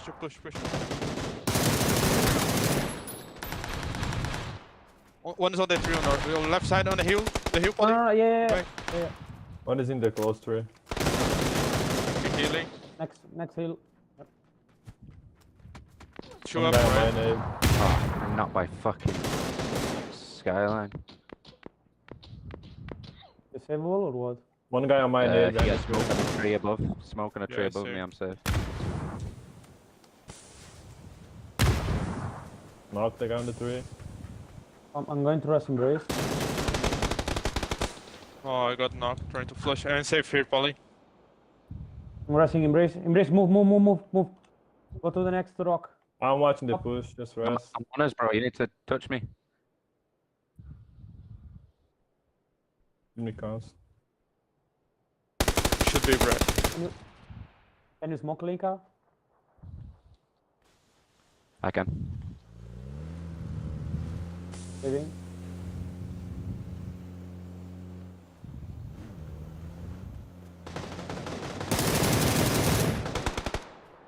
I'm trying to I run wait. in front or what?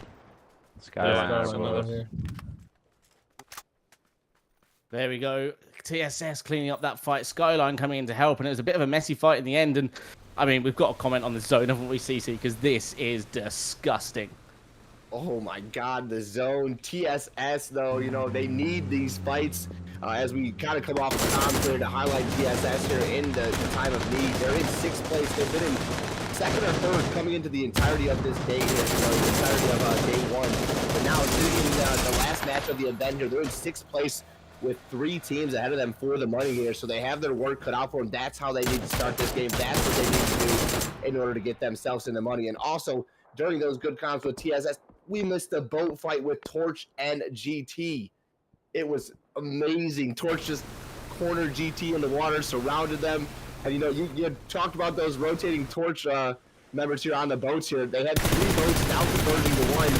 It ended up working out nice, getting the kills on the GT, but now nowhere to go. Their boat is pretty much left in shambles here as EXH rips them apart in the water here. It's next to nothing that they're going to be able to get. All Torch can hope for is that EXH gets third party. And here comes the third party. CoR steps in, finding Study here. Does this buy the time for Torch to get out of the water and into play. Both Torch and CoR and EXH all in play for the money here in the top 3. Yeah, they certainly are. And the problem with Torch is the fact that both beaches where they could probably head to are all taken. And the boat kind of being in the water kind of does mean that they are going to be, you know, they're going to be scouted out a little bit. I don't know if K7 are maybe looking this way. No, it looks like they're trying to just get to a decent position in the zone. And the fact that they've managed to get onto towards this ridge line looks pretty good for them going into the next game or the next zone. Obviously, the zone going to have to shift towards the water, towards the land at some point. But there's still another shift to come through before the hard shift away from water. So this could literally be the worst zone you've ever seen in comp for sure. But yeah, CoR trying to make the most of it up here in towards the north. As of course, they're probably going to have to go towards the south at some point, but they're trying to get as many kills as they possibly can before making that absolute treacherous run across the zone. Looking at the leaderboard, they are currently sitting in 2nd. You've got Torch in 3rd, only 1 point behind. And EXH, who are the team they're fighting with, only 3 points behind them. Aguita not far behind either. So plenty of teams in contention. And also you've got TSS up there as well, who we obviously saw take the fight on towards RMV and pick up a few kill points as well. So that keeps them in the contention for the top, or for the 2nd place spot. Quite a few points though for K7 to be out in front. And yeah, I think we can crown them already. So we'll be keeping eyes towards 2nd place here. And of course, to see how many points K7 can pick up in this game as well. Yeah, hands down, like, so this is one of those narratives, you know, you built a story here. This is you know, a community here that plays time and time again. Normally you get, you know, it's all right, 1st, 2nd, 3rd, we're just fighting for a little bit of change. There are 5 teams battling for money in this final round, and you don't always get that in competition. You don't always get that even level of playing field here, but you can see how much work and see how much each individual team wants to take home this money towards the top end of that leaderboard. K7 already makes it a distance there for themselves, much like you said. They've got the money. They're in good position. Look at them already in good form as well, sitting in the center of that zone. But you've got other teams, still looking to put themselves into that money. That zone shift, absolutely disgusting. Leaves SKEU at the chance for bridge camp. CoR trying to swim. EXH tries to swim. Torch already in the water after losing the boat. Swam to the coast there. They will be the first to get to the coast. So now it's going to be EXH and CoR potentially to make their way towards Torch and give them those kills. Torch fighting up top, needs these kills, was just pushed out of out of second games before. They're in 56 points, right below CoR with 57 coming into this match here. So Torch needs to stay alive, needs to find some kills here if they're looking to stay in the money, with every team below them looking to see them out. Yeah, 100%. Obviously, Torch already picking up 3 kills, but so of course, so that 1 point, they haven't got the confirmation yet on one of the XH members, but should get the bleed out there. So that's going to be still 1 point ahead for CodeRed, but it is so close here between those two teams. And the big difference maker is that Torch already made landfall. They're going to be up on towards this cliffside here by South George, and they're wrapping around. They hear the shots coming out from, the likes of the teams that have tried to get across the water. Maybe spotting EXH swimming in there as well. Skyline, are you going to be on this coastline? Torch are hungry for kills, and they're going to try and find a way to get into a better position in this zone. I'm quite surprised that actually this compound just sort of inland from them is going to be free as well. So if they can get the run across there without taking any casualties, it's going to be difficult. Of course, you've got QP and F2S with sightlines onto that and Skyline, but if they can get there, they're actually in a really good position. And that's going to be a little bit scary for some of these teams that are trying to push to try and get second place. They've managed to do a great job on what looked to be a tricky rotation there, finding kills on GT, almost getting taken out by EXH. Torch, if they get into the money here, have definitely earned it. This is one of those ones you're going to have to take some respect and put it on Torch's name. But there's that compound you had mentioned, or silencer, excuse me. It's going to get taken away by Hacker. SKEU does beat him to the punch, realizing that there's probably more than one team coming from this top side of George here. So now CoR will have to fight their way into this next zone here through SKEU, through Torch, and then the solo EXH member just kind of lying in wait here for CoR to make these moves here. Has spotted a few out there, but it sticks from SKEU. That's putting the pressure on Skylinks as well with the Bolty. All it takes is one headshot, and you can only be underwater for so long. So this is definitely the prime opportunity to have the Bolty. The DMR, sure, you're going to be able to line the shots up on a character, on a player that's running. But here in the water here, that one tap here from the Bolty is definitely the best way to do it here. Gav making it super hard to hit right there, swimming backwards, forwards, doing what he can to try to survive here, but it's not looking great. Ali will just deny some kills, deny the points here in the water. Really not much else CoR is probably going to be able to do, because you're giving kills to SKEU, who is a little bit too far out of the money coming into this match here, but you definitely don't want to be giving those kills away, knowing that you're sitting in second place here. So unfortunate for CoR after a great game to get themselves into second place here. A very hard and a very unfortunate rotation trying to cross this water here. Yeah, I suppose their only little bit of saving grace is the fact the zone has pushed away once again. And yes, Torch are in, but Skyline and you are not. So they're going to be looking to try and find another location. And Torch now getting absolutely torn apart here by K7. As they've heard the shots, they've seen that Torch are completely open, and they're going to get one down. Fizz going to get confirmed here. 4 kills, though, sit on Torch, and potentially that steal away on towards Trades could be the difference maker here between them and, set for second place. I think at the moment the teams are tied on points, CoR and Torch. And it is going to be CoR currently coming away with the tiebreakers. The Torch just need one more kill, because it's going to be really difficult for CoR to be able to pick one up, especially still being in the water. So Torch can just outlast long enough, pick up one more point in this game. They have a really good chance of coming away with second place, with the fact that EXH are already out. Guita down to a 2, really struggling. TSS, yes, they're still up. They've still got a chance of a big game here, but, it then starts to get more and more points you're asking for some of these teams. That's where the scare comes. You mentioned TSS to finish off that story right there, and they are sitting on 7 kills here, avoiding pretty much all the fights. They do have BAT ahead of them in the hospital there, but 7 kills for TSS, looking to put themselves back in the money. If Torch can hang on and win this fight against QP, should look good for them. They do pick up a few more kills here as Merc making moves. That's now 5 kills for Torch, but K7 has decided to come in and get involved in this third party as well, to the back final member of Milky Way will fall there, giving us 13 teams remaining. We should see that dwindle down to 12 and 11 with this fight continuing here inside the compound. Tier to find Specky. Now it's just Torch, 2 members left alive. Ghost and Murph yet again for the Torch boys here. Always seem to be the last 2 alive for the squad. Fizz finds kills in the early game, but does not see the end game, but still sits inside the top kill leaders. You know, Fizz just absolutely cracked at the beginning of these matches here. Can Torch match the points? Can they outbeat TSS in such a tricky position? But we've got EXH and CoR still alive as well, managing to make it off the coast there. Did not think they were going to be able to even survive, but CoR deep rotation does make it through. Study almost losing his life there as Ben's almost to find that one. The nade sent over the top. It's looking like it's going to find it, but no, a little bit too far. Study will get the chance to get the heal off and then take this 1v1 with Benz. Gav should be able to provide some support. But this is a very important fight for CoR. Like you said, each point in itself is going to be worth something here. So Benz needs to be careful not to give this over. What a nice nade coming out there from Study. Should have done a whole lot more damage in my opinion, but Benz will be able to hang on. So that's EXH still going up. CoR just looking to fight. There's Torch. There is CoR's saving grace right there. They now have some breathing room. Can they pick up some kills? Gav to find QRXZ. Heals that one away, adds one. Now just needs to find Benz. That will be the ultimate point to put them back above Torch. Yeah, exactly. This is so close right now. Literally a point in it. I don't want to do the math because I don't think I'm going to quite get it right. But I think currently CoR a level with Torch in terms of points. So it goes down to that tiebreaker. But, you know, I'm not going to be predicting anything unless CoR can start picking up a couple, 2, 3, 4 more kills. Then I'll feel a bit more confident they probably are going to be ahead. But, yeah, I'm not calling anything too early because, yeah, maths. Yeah, it's always a tricky one, isn't it? But looking at the rest of the zones, you know, K7 still got 4 up. They have got to try and move in here. But the problem is there's so many teams that are preoccupied already in this zone trying to fight with each other that, you know, there's actually a really good chance they might be able to make it in. CoR getting a little bit blessed with the zone here as well. And they've only got to survive a couple more teams here. Same with EXH as well. And they'll start getting points. EXH got a chance of potentially overtaking Torch as well. So a little way to go. Only 1 kill on them so far. But if they can get up to, I think it's 5, 6, 8 points they need to be able to equal Torch's 5 points they picked up in this game.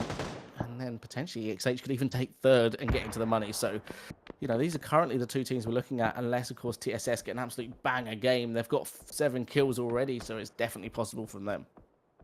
There is so many potential outcomes for this end game here. I haven't had one this spicy in quite some time here. You know, normally we're able to kind of speculate. We're able to kind of point the direction of this end game, but literally it can go anywhere. TSS is so strong on top of the hill there. The positioning from the team looking so good for the time being right now. It's literally just going to come down to who picks up the points first, who can out-survive who. The battle of BR at its best here. And you're acting like this is a one-game you know, tournament here. This is the only game that matters in the tournament. You've had 7 games, but it doesn't matter. This final game comes down to everything because there's just so many teams right there, just, you know, tooth and nail bearing, you know, they're looking at the money. It's in their hands, but it's on a string, easily to be pulled back from the next and given to the, you know, the next in line. So this is just a very exciting finish to the tournament here.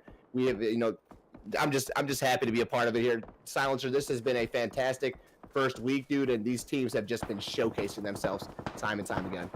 Oh, absolutely. I mean, just incredible plays coming out from all of these teams in this event, and you know, it's been up and down, roller coaster ride for some of these, but you know, the most consistent from the event so far, K7, who dominated in the upper bracket, is going to be doing exactly the same here. Still 4 strong, looking really good in this game, and the zone as well.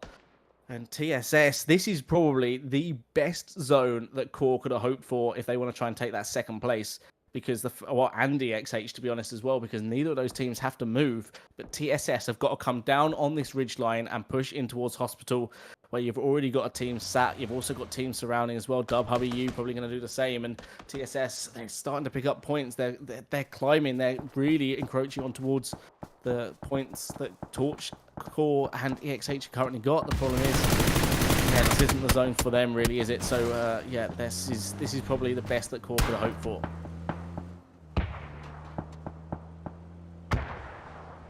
Looking else here then, Dub Hub going to get knocked there from the vehicle. That's going to be Dig getting involved in that.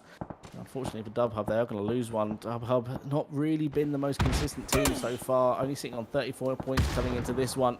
Quite far down, and Spicy Boy, that's a huge nade there on towards Dilt. He's going to be able to find the knock. Go kick the last remaining member here, just trying to make the smoke. The shots are coming in, not quite being able to find the target. It's very hard when you're just peppering in towards smoke, but Dilt's going to get confirmed, and now Dig prepping those nades, trying to see if they can find the final surviving member here of Dubhub. As Baltic going to see if he can spot him. Go kick does manage to find one, should be able to get the confirm, does manage to do so, and Dig not in a position to be able to compete with that one. Wizzy going to push over with that Groza, doesn't find the target though. Go kick continuing to hold on here against all of Dig. He's fighting, he's got the blue on his back as well, the nades util coming out as well. Evo does get confirmed, it's just Go kick now trying to push in against these three Dig players. It's not going to be easy. He hits the deck. That stun really, really good. He's going to take a lot of damage there from the blue, and Wizzy finally getting a crucial shot to take that kill. Nice execution there from Dig to get Dubhub out over the top of that hill right there. Wash has already bought their way inside that next zone. TSS hard crashes on the CoR here, so the worst situation for CoR now getting involved with TSS here. They can potentially make this the best situation. They can find these 3 kills, creating that distance and securing that dub over TSS. So not only is it the worst, the best outcome here. So depending on the way that it goes here, TSS and CoR looking to come out on top of this side of the road. F2S, K7, and BHE all existing there. As you can see, Cliff has been inside that 3 stack for quite some time. The rest of BHE in the hospital. So at least Guards and Nana have a way into this next zone once this shift does pull away from the hospital here.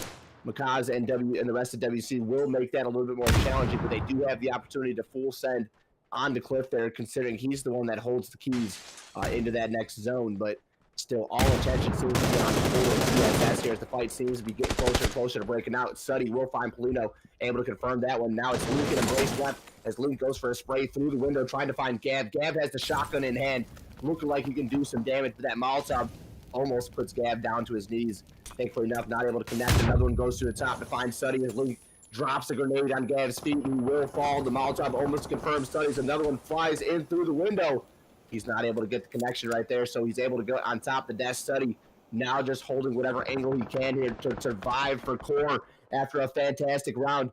Traves clutches up to put them in such a secure position for second place. TSS looking to take this away from them, and Suddy having every chance to now put the favor back in as he's going to stick the res on Gab, trying to get them back with the 2 players left alive with the Molotov. Looking like it's going to come through the window, hits the ceiling, buys Gab at least the time to get this res, and now it's in play here. TSS 2 members up, CoR 2 members up, but still a very, very slow push as phase 7 starts to come through. Certainly does. These teams both making it into placement points as well, so this is just Torch's hopes of being able to hold on to their position, just slipping away from them here, keeping their money slot is not looking quite so likely now for them, and it's a real shame after being so dominant so far in all these games. TSS finally going to go for the push. Linker does manage to find Gav. Sutty not there for the return, unfortunately. He's going to throw the stun, tries to see if he can maybe find the TSS plays. He can't do it. TSS managed to confirm that one, but Kaomi straight through the window is going to be able to find Embrace. I don't think the res is going to be viable here. And that's going to be, yeah, especially with that molly. EXH actually stealing that one away. Check Ben's continuing to pick up points for his team. And I don't know whether this is going to be enough for TSS. If they go down here too early, Linker is going to push himself out here. But is very exposed. He's only got the smokes to play with. No real hard cover ahead of him. And he's right up against the blue as well. Does manage to find Check Ben, so that's another 2 points there. That's the placement and the kill point coming through. I don't think they've quite done enough there. Spencer finishing Linker, but that is going to be so close on the leaderboard, and I have no idea how that's going to go. So we just got to just keep hype, just see what's happening with the rest of the teams here that are still up, and yeah, we'll go from there. But let's have a look at WC for a moment, because once again they're in a good position. Yeah, they've only got 2 members left up, but they are dead center zone. Could this potentially be the 3-peat here for WC?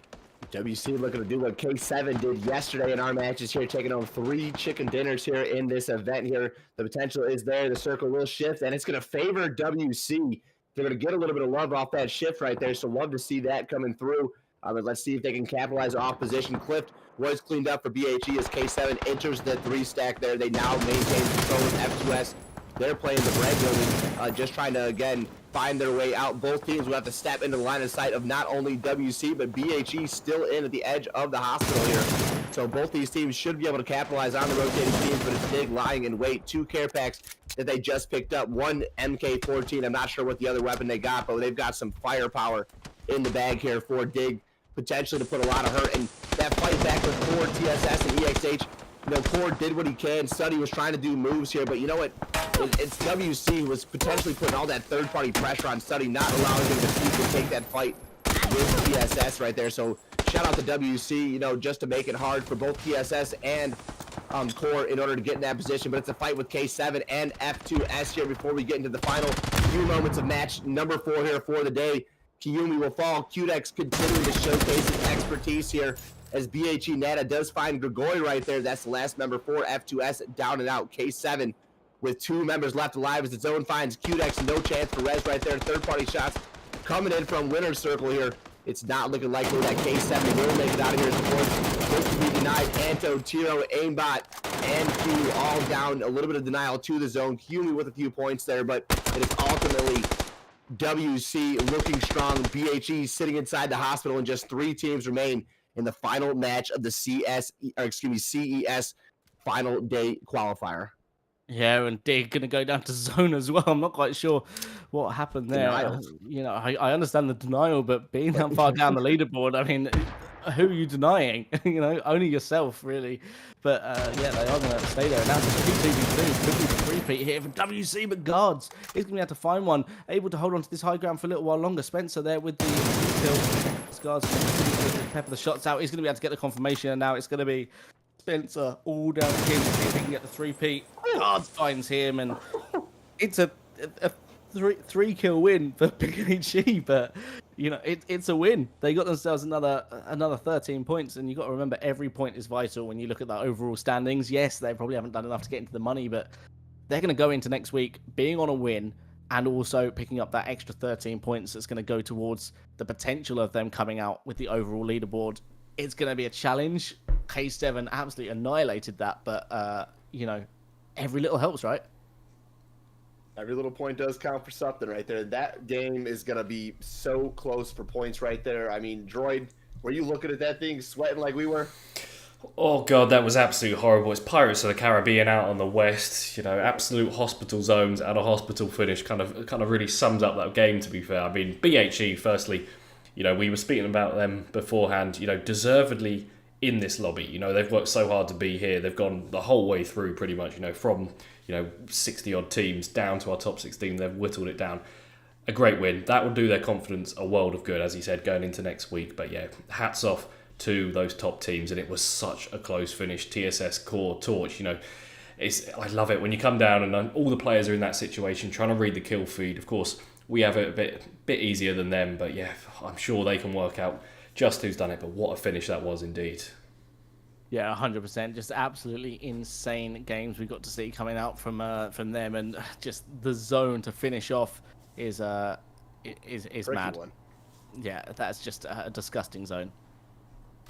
You know, and that's the way we want to end it here, you know, for the day here, making every player work for that win right there. You know, we're going to do what we can. We're going to let these points settle themselves in, you know, because, again, it's so close that, you know, I think we're all sitting on the edge of our seat wondering, these players are a little bit more calculated with the points, you know, right? I mean, so these guys seem to have it figured out before we do, but in the heat of the moment right there, there's so much that could potentially change.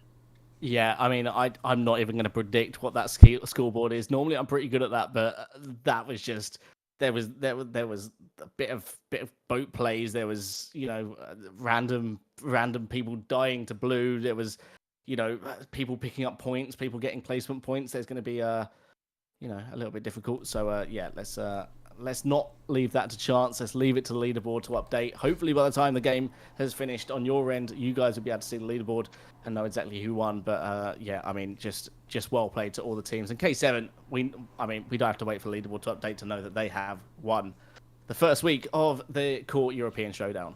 Yeah, fantastic stuff. And you know, they do bring the heat when it matters, and you know, maybe a bit of query going into this. You know, do they have what it takes to stay at the top? As you said, we've seen them absolutely dominate. Will they have their wits about them to conquer this lobby? And so far, they've done the job, and that's a huge boost going into next week, especially for most consistent as well. So yeah, we'll have to see now teams are a little bit warmed up. You remember, 8 of these teams have only played 8 games coming into this. You know, it's been very...